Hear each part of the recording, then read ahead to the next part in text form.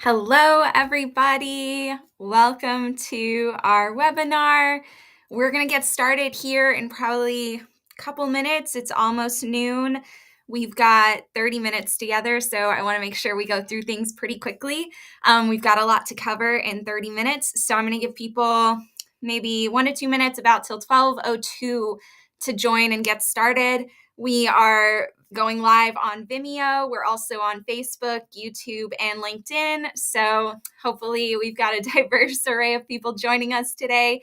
If you're joining me on Vimeo, please feel free to chat in the audience. I have access to that here. I'm also going to be going back and forth through Facebook and LinkedIn. So I see Eric. Hi, Eric. I see you on Facebook. Let's see. We're also on YouTube. Feel free to put any comments in the chat here. I see Study Time. I'm pretty sure that's not your real name, but nice to see you. Nice to have you here. All right. Feel free to ask any questions. If you have any that you are certain you want to ask, maybe wait until the end of the webinar to see if we answer it while we're going through. I'm probably not going to be able to stop for questions throughout just because we have a lot to cover, and usually the majority of questions come through at the end with the Q&A. So I want to make sure that we have enough time for Q&A here at the end. But feel free to jot it down, save it, and if I answer it, great. If not, I'll be happy to answer it towards the end. So let's see, it's 12 o'clock. I guess we'll give it 1 minute. I want to be mindful of everybody's time here. Let me know where you're joining from. If you're on the East Coast, hi, 12 o'clock. It's noon, it's lunch for us. If you're on the West Coast and it's a little earlier, let me know where you're based. It'd be great to see where our community is joining us from. I'm going to go through the comments here. Hi, Michael. How's it going? We've got a good amount of people here on Facebook. That's awesome. I'm glad that the live streaming is working across all our platforms. And we've got some people on YouTube. Awesome. I'm so happy to see it. We have such a diverse following across all our different social platforms. So it's really interesting to see where everyone's coming from and joining us from. All right. It is 12:01. I think it's about time to get started. Oh, Massachusetts. Hi, Lisa. Thanks so much for joining us. Another East Coaster. I really enjoyed Boston when we visited, so I think we're going to have to go back there sometime soon. So let's see. Okay, 12:02. Let's go ahead and get started. I think that's fair to start now. So thank you so much for joining us. As you all know, my name is Hannah. I am the founder and CEO of Salary Transparent Street. I'm going to do a quick introduction here about why I started Salary Transparent Street, how I got here in a little bit. But here is our brief agenda that we're going to go through today. So in addition to the introduction, the nitty gritty that we're going to be going through is market rate. What is it? And not only what is it, how do you find it? That's the most important thing. How do we know that we are being fairly compensated and being paid what we deserve? That's what we're all here to find out today. And then at the end, we don't have too much time to go over salary negotiation and next steps, but I will give you a good quick little outline and some tools and resources to make sure that what you learn here today, you can carry on after this 30 minutes and make sure that you are utilizing your market rate and being paid what you deserve, utilizing free resources and tools to get what you deserve. So, quick introduction for you all. So I'm sure you all have seen plenty of my face across social media. As I mentioned, I'm Hannah. I'm the founder and CEO of Salary Transparent Street. I started Salary Transparent Street after finding out that I was underpaid. If you haven't heard my story before, I used to be a data analyst before becoming a full-time content creator.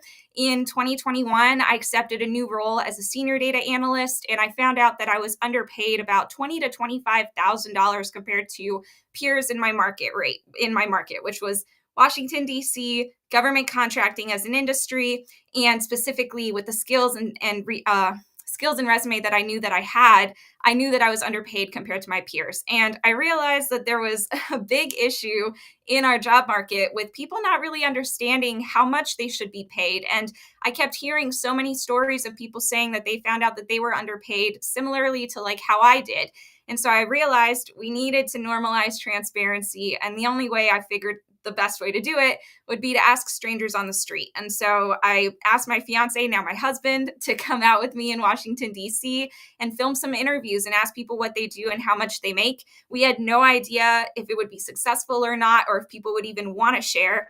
But as you all know, it was wildly successful. And it really demonstrates that we were right. People do want to share their salaries. And a lot of us have the same experiences of not being sure that we're being paid fairly. And so we need to work together. And that's the value of transparency. So this is why I created this workshop, to help you guys find out how much you should be making and take actionable steps to earn what you deserve.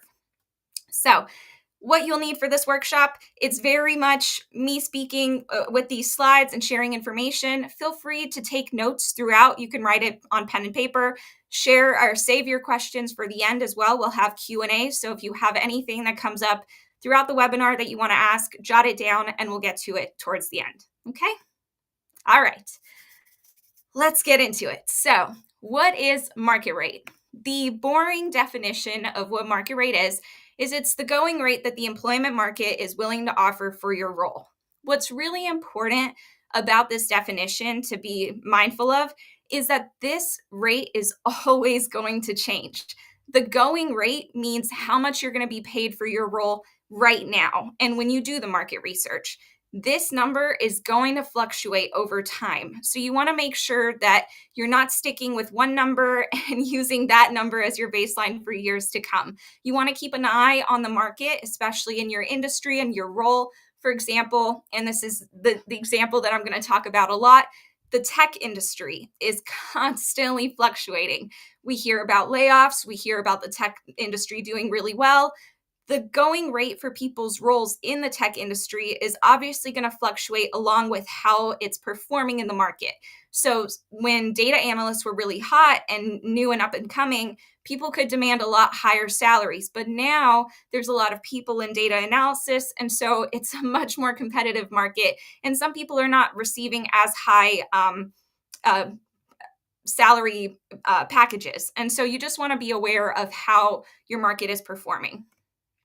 Now, another really important thing to be aware of with market rate is the factors that are going to determine how much you should be making. So drop it in the chat. What are some factors that you know would affect how much you can ask for when you're doing a salary negotiation?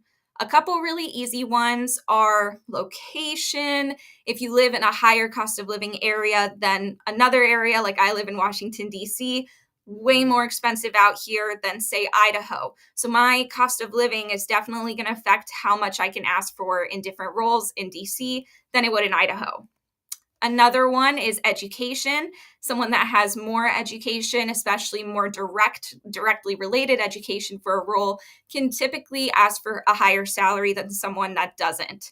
But that's not, don't look at a degree as the end all be all. Sometimes you can learn skills, specifically if you go to boot camps or you take, lessons like classes on the side. Education is also skills, and education backs up your skills. So don't think that if you broke into a career and somebody has a directly relevant degree and you don't, that doesn't, that your skills don't carry weight either. Okay, another one. I haven't seen people drop this one yet. Let me check the Facebooks. This video will be saved, Haley, on the Facebook page, just answering that really quick. So another factor is years of experience. I didn't see, okay, so Everard, thank you for mentioning that. Years of experience is also very important. It'll help you determine your senior status, whether you're junior, mid-level, or higher level. Definitely an important factor. Another one is company size. People usually forget these last two, actually, which are company size and industry. These are very important because the best example I can give is if you want to work in tech and you go apply for a job at Microsoft or Apple, their budget as a tech company for tech-related roles is going to be a lot higher than if you work in tech, but you're in supply chain or marketing, correct? So you want to be aware of the size of the company and the industry and whether it's relevant to the career that you have. It doesn't mean that you shouldn't be paid fairly. It just means that the going rate for your role, if it's not in a directly relevant industry, might be a little less than if you go work for a specific industry-related company. This all comes down to personal preference and where you want to work. It doesn't mean that you should be paid less just because you work in a different industry. It just means that your rate for that role might be a little less competitive than in a directly relevant role. Okay, last one is range size. This is really important. People are always asking me, how big should this range be? And I think we get really intimidated by companies not following ethical protocol and moral obligations to share a fair range. When you look at your market rate, you don't want to have more than a $20,000 min to max difference. You don't want a wild $100,000 difference like we're seeing in some job applications. Your range should be very down to the detail and no more than a $20,000 difference. This is important because it gives you negotiating leverage. So if you choose one number and you're like, I want to make $100,000. If you don't have that range, it's very difficult to give yourself room to negotiate around. So a more appropriate range should be 90,000 to 110,000. And when you ask for a salary during a job negotiation, you want to ask for the top of your range because you can always negotiate down. But if you ask for the lower end of your range in your negotiation, you might end up negotiating below your min baseline. And we don't want to do that. You want to end up either towards the top or the middle of your range. Okay? All right. Here's the fun part. Now you know how to get your market rate, how to find it, how do we use salary databases, networking, and other resources like salary transparency laws to find your market rate. Okay, the first one is salary databases that we'll go through. There are two kinds of salary databases, all right? So there's general salary databases and specific. Does anybody know what the difference between these two might be? It's kind of obvious. I'll give you a couple seconds to maybe drop it in the chat. Let me check the questions really quick, make sure we're on track. Okay, I'm seeing some action. Oh, someone from New York. Hi, how's it going? Okay, I'm not seeing an answer yet, so I'll just share it. Very simple. A general salary database is salary databases like Indeed, Salary.com, Glassdoor, PayScale. Very general in terms of when you look up a salary or a job title in one of these databases, you get back an aggregated answer, meaning that if you search data analyst on Glassdoor, the result you get is the average of like 10,000 or however many salaries they have. It's not individually listed. Meanwhile, a specific salary database is exactly that. It's specific salaries individually listed or relevant to a specific industry. It's more individual and specific. It's important, though, to get 2 to 3 references from a general and a specific database, though, because all of these sources are really important for you to be checking and see the different kind of information you can glean from it. Okay, let me check if we've got any questions about this really quick. Oh, great, I'm not seeing anything. Okay, awesome. Let's keep going. So let me talk really quickly about the specific salary databases because the general is very self-explanatory. You can just go to these, try to find if you can get down to a company listing on Glassdoor or Indeed and look for salaries that way. That is a great way to narrow down the information that they'll give you, even though it's aggregated. But the specific salary database is, like I mentioned, very specific and individual. So if you go to salarytransparency.com, you get to search data analyst and it'll give you every individual response for that we have. How this is helpful is because when you're using these databases, you want to be finding the data that relates as closely as possible to your own personal experience. Remember earlier we were talking about the important factors like location, years of experience, education. This is all very important when you're looking through these databases to keep in mind. So you want to be trying to find data that is as relevant to your years of experience, your location, your educational background, because that is the relevant data that you can use to actually determine your own market rate. Okay? We got a question here. Where does Fishbowl rank? I would say that that is specific, actually. I haven't been on Fishbowl in a while, but I remember I looked at them recently and they have like the community groups where people list their own salaries. And so that's very specific. And what's really beautiful about communities and like sources like that is you can connect with the people there and ask them for more context that might be missing. So if you just see like data analysts making $115,000, that's great. But what's their background? How did they get it? What industry do they work in? Those are all really important questions that you want to get the context to, because it'll help you determine if you're able to ask for a similar salary or if it'll differ. So use all the resources available to you. When I was doing my own market research and trying to figure out whether I was underpaid, I always make the joke that I went 6 pages deep in Google. I went really deep in Google. And that's what you have to do. Just keep looking for all the different sources. These ones that I shared, the general and specific, they are not the end all be all. They are just some of the top sources out there at your disposal. But feel free to just Google whatever your job title is and salary and click on as many sources as you can, because all of that data is good data. Okay. The second way that you can find your market rate is through networking. I always tell people the really important thing to remember with networking is you want to ask more than one person. Why? Because if you talk with one person, but they end up being someone that is also underpaid and may not know it, you're using their experience as your baseline. And automatically you've set yourself back based on what they're paid, or underpaid, should I say. So you want to be considering at least 1 to 3 different responses, kind of like the general and specific salary databases, 2 to 3 of each. Always ask for more than one person. Okay. The first way that you can do this is the best way, talking to your coworkers. If you have a coworker on your team in a directly relevant role, definitely talk to them. What I will say about this that you want to be careful of is, as we all know, there are some companies that do not support salary transparency. I'm sure there's a ton of people watching who have had to sign an NDA that you can't talk about your pay at the office, have been scolded by management or HR that you shouldn't talk about your salary. If you are protected under the National Labor Relations Act, which is the majority of private employees, it is your legal right to discuss your salary. Even if a company asks you to sign an NDA, if you know that you are protected by the NLRA, National Labor Relations Act, please Google it if you're not sure if you are protected or not.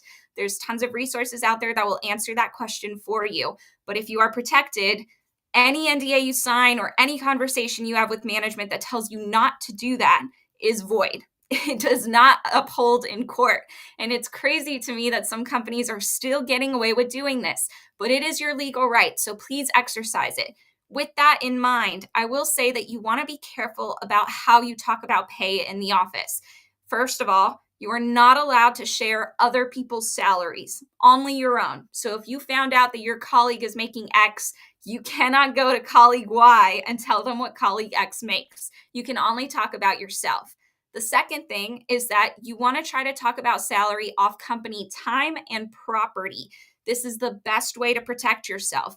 Even if it is your legal right, a company that really, really sucks, and I say this because it's happened before, could say that even though it's your legal right, we don't want you talking about that on our time, and they could reprimand you for it. So talk it to your coworkers, take them out for lunch, take them out to a Capital One Cafe. That's my little shout out for our sponsors here. Thank you, Capital One Cafe, for letting us put on this free market research webinar for everyone. But take them out for lunch. Go take them off company time, off company property, and talk about your salary. Okay? The other way that you can network is through LinkedIn connections. This is a really great way to connect with people that you possibly didn't have a connection with previously, like your coworkers. If you want to go work at a really cool company and you don't know how much they're paying their people, reach out to the people in those roles. Don't go flat out like, how much do you make? But send them a message letting them know that you're interested in working at the company and you want to price yourself competitively and would like to talk to them about it. Offer to buy them some coffee, take 15 minutes on your calendar to connect virtually, and just have that conversation. You'd be surprised how many people are willing to help strangers, especially when a lot of us have had similar experiences with pay transparency being an obstacle in being paid fairly. So reach out to people on social networks. Which leads me to my last point of social media. LinkedIn kind of plays a part in this, but TikTok, Instagram, YouTube, there are so many creators out there that still work in their full-time jobs and are very transparent about their experiences, including their salary. I was one of them. Before I quit my full-time job, I was making TikToks about how much I made, how I negotiated my salary, my experience as a data analyst, and anybody that had questions about it, I would answer. So go find those creators in your roles and reach out to them. The fact that they're already making videos and being transparent and putting themselves out there is a really good indicator that they'll do the same with you. Okay, last but not least, salary transparency laws. Okay, I'm checking the time. We've got 10 minutes. Okay, let's get through this quick. So, salary transparency laws are one of my favorite resources here to help you find your market rate. And why it's important is because you can use salary transparency laws that exist in other states if your state doesn't already have one to adjust for cost of living and basically transfer what roles pay in those states to what they could pay in your state. This is not a perfect way to determine how much you can make, but it's a good workaround. So if you're really lost, go see if your state is covered by salary transparency laws. If it is, that means that the jobs that you're looking for should already have the salary listed. If you do not have a salary transparency law in your state, and by the way, we're going to send you these slides afterwards. We also have on salarytransparency.com a really good article about which states have pay transparency laws, not just salary transparency, but salary history, annual reporting, all of that. We have a great article about that. It'll be in these slides that we will send you after. But check if your state is covered. If it's not, what you're going to do is you're going to look up similar roles in nearby states that have those laws. So for example, I live in outside Washington, D.C. I would go look at New York because New York has a salary transparency law. So I would look up data analysts in New York at a very relevant company in my industry. I would see what they're paying their people. And then I would take that salary, adjust it for cost of living in DC. And that gives me a good idea of how much I can be paid competitively in the same industry in my location. Okay, got it? Sounds good. Now, next steps. This is where you should have your market rate after using all those steps, the salary databases, networking, and salary transparency laws. Now you have your market rate, which is the minimum and max, no more of a $20,000 difference. That is your range. Now what do? If you find out that that is less, the range that you should be paid is less than what you're currently being paid, no excuses, okay? No excuses. You should be paid what you deserve, and you should be paid fairly. So if you find out that you are underpaid, you have a couple options. You can ask for a raise at your current job, which I will say can be difficult, especially if you are asking for a large raise. For example, when I found out that I was underpaid of $20,000 to $25,000, might I add, when I asked for a raise, the company told me two things. One, I had to be at the company for a year before I got the raise. So that was my one barrier. Second barrier, they told me that they didn't give out raises of more than 3 to 5% at any one time to anyone. So definitely was not going to get the $20,000 raise that I needed to be paid fairly. What did I do? I went and got another job and I got a $25,000 raise. So I will say from experience, it's very difficult to get a huge raise at your current company unless, you tripled their revenue. But it's worth asking, especially if you like where you work. If they value you, they will compensate you fairly. If they don't, go work somewhere else because loyalty in this day and age is out the window and we all deserve to be paid fairly, okay? We have a free salary negotiation guide on our website. It'll be in these slides as well. Feel free to use it. There are tons of scripts in there for like every kind of experience you can imagine. It'll guide you through any salary negotiation experience that you will have. Now, the next part, practice pay transparency. Okay, pardon the pun, but please pay it forward. If you are on this webinar because pay transparency has helped you, imagine how you can help others by also paying it forward and being transparent with your own salary. It helps everybody. Pay secrecy only helps one person, and it's the company. Meanwhile, pay transparency helps us all. So let's work together. And lastly, I will shout this from the rooftops, but please ask for what you deserve. Get paid what you deserve because you're worth it. You truly are. We all deserve to be paid fairly. And in this day and age, we're not taking anything less than that. Okay. So thank you so much for this quick webinar. Please feel free to drop your questions in the chat. I'm going to start going through them. And I think we've got about 5 minutes. I will be on like 10 minutes after this. So if I haven't answered your question, I'll still be here up until 12:45. So please feel free to drop questions in here. Okay. How do you adjust for cost of living using the salary transparency law? Very simple. So there are cost of living calculators online. So you can go to PayScale has a cost of living calculator. You can just Google cost of living calculator, put the salary in for the different state that you're looking at. It'll tell you what are you trying to convert it to. So like New York to DC, you put the number in for New York, tell them you're adjusting for DC. It'll calculate it. It'll spit it right out for you. The link is in the slides as well, which I'll be sharing.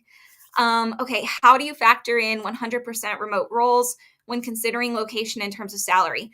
I always tell people go by the location of the company, because if you live in a high or a low cost of living area and you work remote, but you choose to move to a high cost of living location, the company is not going to change your salary because of your move. However, they will go by their location.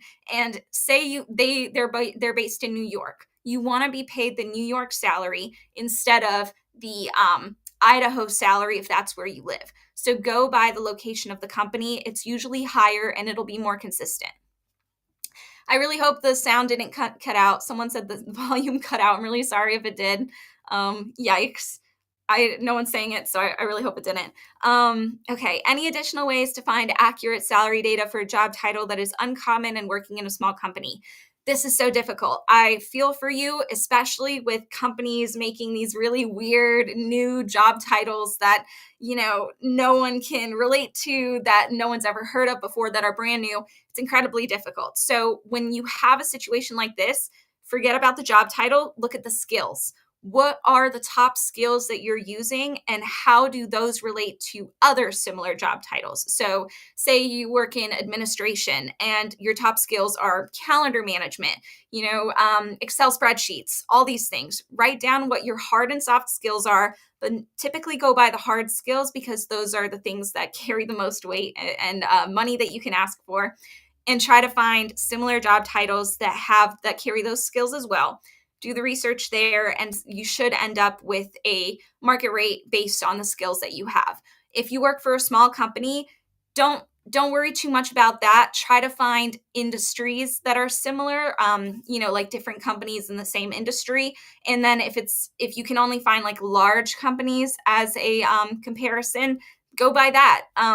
You want to put yourself at the higher end of the market rate. And so working for a small company, if you have the skills and you're bringing value to that company, that carries a lot less weight than the value that you bring to the company, if that makes sense. Do companies hire only at midpoint of range? I tried to get more, but I feel I left money on the table.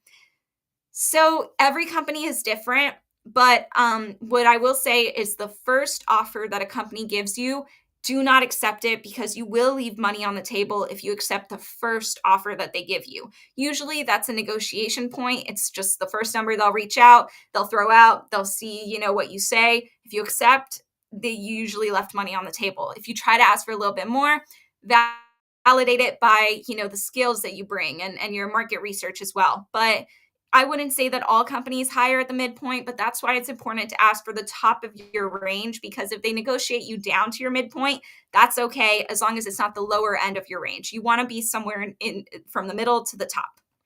Sound was on my end. Okay, thank you, Tasha. I got really nervous about that for a second. I was like, oh no, I hope y'all didn't lose it. Okay, great. Let me see if there's any questions in the Facebook. What is the source of your data? Is it basis from your personal survey? Actually, we have salarytransparency.com has an official salary form. So it's not from the street interviews. Those people, we just interview randomly, but we don't collect more information officially that is collected in our actual database. People submit that online. So if you would like to share your salary, go to salarytransparency.com. And I think we are timed out on Facebook, so sorry about that. But if you're still listening, you can just fill out the salary form on our website. Okay, we've got another one. I wish I would have known how to negotiate when I first joined the workforce. Me too. Me too. But that's why we're here. I definitely left money on the table. Me too. I love where I work now, but I know I can get more. How do I value my current company's culture versus getting paid more somewhere else, but risk a not as good culture? Such a tricky situation. I think this is something that a lot of people have similar experiences with. It's, the trade-off. You love where you work, but if you find out you're underpaid, you want to make more, but it's tricky because what are you risking if you don't like where you go? I think that it's a personal decision, but truthfully, money is so important and it's the ultimate way to feel respected at work. You might enjoy the company's culture, but what I always challenge people to question themselves with is, do you enjoy the culture because you're comfortable, or do you really enjoy the culture because it brings you work-life balance, it brings you flexibility, it brings you joy? Sometimes people are more comfortable and that's what makes them scared to move. Not that I'm saying you are, but just figure out what you really love about the company and write it down, because those are things that I would bring to your manager and I would be transparent in explaining. If you really value the culture because of the mission, because of your flexibility, your remote work-life balance, those are all things that you should tell your manager as reasons that you want to stay. But you deserve to be fairly compensated, and paying the bills and supporting your family and building wealth goes so much further than loyalty to a company that could turn its back on you any day. So I would really nail down what you value about your position at the company, share it with your manager, but ask for the raise and let them know what's on your mind. Let them know that you are looking for a higher salary, and hopefully if they value you enough in return, they will compensate you fairly as well. I hope that answered your question. How much are companies willing to go above in their range? It's all dependent on the company. I would say usually they're probably going to stick to the top of that range. But if you bring something very unique to the job application, like experience, relevant or specific education, or maybe skills that were not listed on the job application, but in speaking in the interview, they realized, oh, wow, like that would be really helpful to have. And maybe they didn't mention it in the actual application, but you have it. That's something that I would mention as a reason to ask for higher than the range. If you have something that really goes above and beyond, you deserve to be compensated for it. I think that's usually when they would go above. When is an appropriate time to ask for a promotion? Is bringing up a counter offer disrespectful if they don't agree with promoting you? Okay, I love this question. It is never an inappropriate time to ask for a promotion unless your company is going through major change. Say there's layoffs, say the ground is not stable at the company. I wouldn't ask for a promotion when the ground isn't stable. That doesn't mean that you shouldn't ask. It just means that you should put it off for maybe a couple months, wait for the dust to settle and bring it back up. Usually, you should be bringing this up at least 3 months before your next annual review. Or if you do quarterly reviews, bring it up, a couple weeks before the quarterly review. You don't want a promotion to be completely from out of nowhere. You want to make sure that management is aware of it ahead of time so that they can work through whatever they need to in the background. Sometimes these things take time, and your manager, typically is your ally. So you want to talk to them about, hey, I really think that I deserve this promotion. This is what I did for the company. Use data to back up the value that you brought to the company. Try to use as many metrics as possible, not just, generic sentences. Nail down specifically the value you brought to the company, but make them aware of it ahead of time. And then the second part of your question is bringing up a counter offer disrespectful if they don't agree with promoting you. I don't think so. I think that you should play all your cards. And if the first thing you did was ask for a promotion and you know that you deserve it and they rejected it, then you have the freedom to make the decision after that. They chose not to promote you, they chose not to respect you and the value that you bring to the company. You're allowed to exercise your options. So I would say that you only want to exercise a second counter offer if you are comfortable with leaving the company. Because if you bring up a counter offer after asking for a promotion and you were rejected from it, and you bring up that counter offer, you're kind of putting the decision in their hands of whether they will make a move. And if they choose not to promote you, despite the fact that you have a counter offer, that's kind of your answer that it's time to go. You can get the promotion by forcing their hand. I've gotten a raise that way by using a counter offer, but I will say I was already ready to leave the company. So even though I brought a counter offer and I forced their hand and they gave me a small raise, I still ended up leaving a couple months later for more money because ultimately I wasn't happy at that company and the money just wasn't enough. So I would try to make sure that you're comfortable with leaving before forcing their hand. Another question, how do you respond to a company that says they don't have the budget? Ugh, I hate that. I hate that when they're like, we don't have the budget right now. Usually that's just like generic admin, management, corporate talk.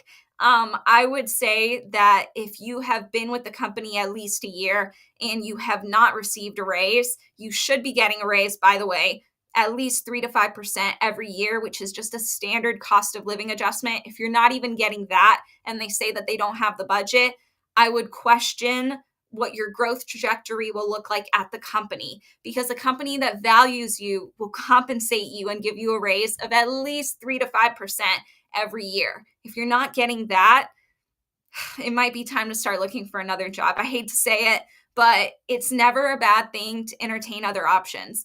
My dad gave me some of the best advice I've ever received in my career when I was fresh out of college. He told me, even if you're not interested in the job, always take the interview. Always. Because it's a really great opportunity to practice salary negotiation, especially if you're not invested in the job. You can practice getting over your nerves of asking for more money. And so I would say start taking as many interviews as you can and entertaining your options, because you deserve to be compensated fairly. And if they don't have the budget, then it might be time for you to move on. Okay, why does it feel it's better to just leave a company? Sorry, I don't understand the question, but if you think it's time to move and leave the company, I would do so for money, but also importantly for culture and flexibility. With a lot of companies now forcing people to return to the office, if you really value that flexibility and remote work options and, companies that respect that, then that's a good reason to leave a company as well. Also, keep in mind, total compensation is so important compared to just base salary. So if a company, like a small company, says they don't have the budget to give you a raise, or like the example Shelby you just said, they said they don't have the budget. That's okay. I would ask for other things then. What are other things you can add in your total compensation to make more money? A couple things you can ask for are sign-on bonuses, PTO, better health insurance, a better 401k match. You can also ask for remote work options. So if they can't give you a raise, okay, can you let me work from home an extra day a week? Can you pay for my commuting benefits to go into the office, which they should already be if they aren't? There's so many things you can ask for that really contribute to a total compensation package. Base salary isn't always the end all be all. Okay, last question. What's our time? Okay, we've got time. Do you think it's better to ask for a raise before the end of the year or at the start of the new year? I think it's dependent on the company's annual review performance, or maybe beginning of year performance. Every company is different when they do their performance reviews. If the performance reviews are at the end of the year, say in December, I would start bringing up to your manager right now that you're looking for a raise or a promotion. You want to make them aware of it at least 1 to 2 months before those conversations start. If it's the start of the new year, then you want to start talking about it now as well. You want to be at least 1 to 2 months ahead of those conversations. So just make sure that you know on the calendar when is your company talking about raises? When are they talking about promotions? And start having those conversations with your manager at least 1 to 2 months before those conversations happen. Okay. How do I negotiate a pay raise? I've done quarterly reviews, which are mandated at my job. Typically, I meet with my manager at the end of the year where he informs me on my performance and bonus. Okay, negotiating a pay raise.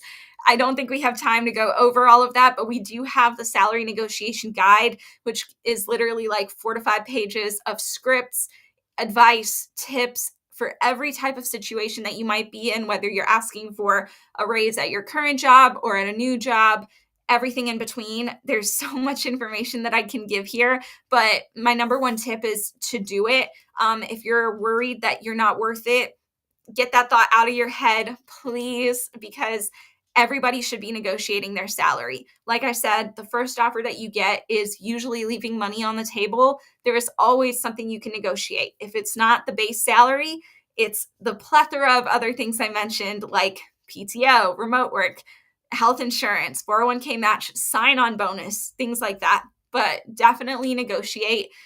You want to make sure that you're getting paid what you deserve. Okay, one more question. Also, on initial salary offer, how much more do companies usually go? Every company is different. Sometimes they'll give you the highest end of the range. Sometimes they'll give you the midpoint. I don't think there's any like standard average answer there because everybody is unique and everyone's total compensation package can look different, right? So if the company does not have the budget to give you more base salary, you can negotiate for some more of those benefits on the side for the total compensation package, which is why it's important to negotiate, because if you don't ask, you won't get it. And if you don't ask, you won't know that you can get it. There are so many experiences. We get DMs almost every day from people finding out that they didn't negotiate, but their colleague either has a higher base salary or has a benefit covered that they didn't, or has a better benefit that they didn't ask for.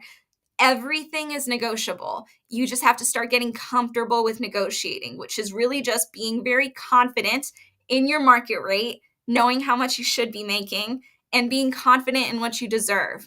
And once you get there, you can ask for anything. Okay. All right. Thank you so much for everyone. I think that's all the questions. Stephen, Everard, Shelby, I really appreciate all the questions. Thank you so much. This was so fun. I could literally talk about this all day, every day, and it's basically what I do. So I have the dream job. Please let me know if you have any additional questions. You can send me an email at hello@salarytransparency.com. Everyone who attended this is also going to be getting the slides and our market research guide and our salary negotiation guide in an email like right now. I'm going to go send this email right now. And I really appreciate everyone for coming and watching. So thanks so much, and we'll see you next time. Bye.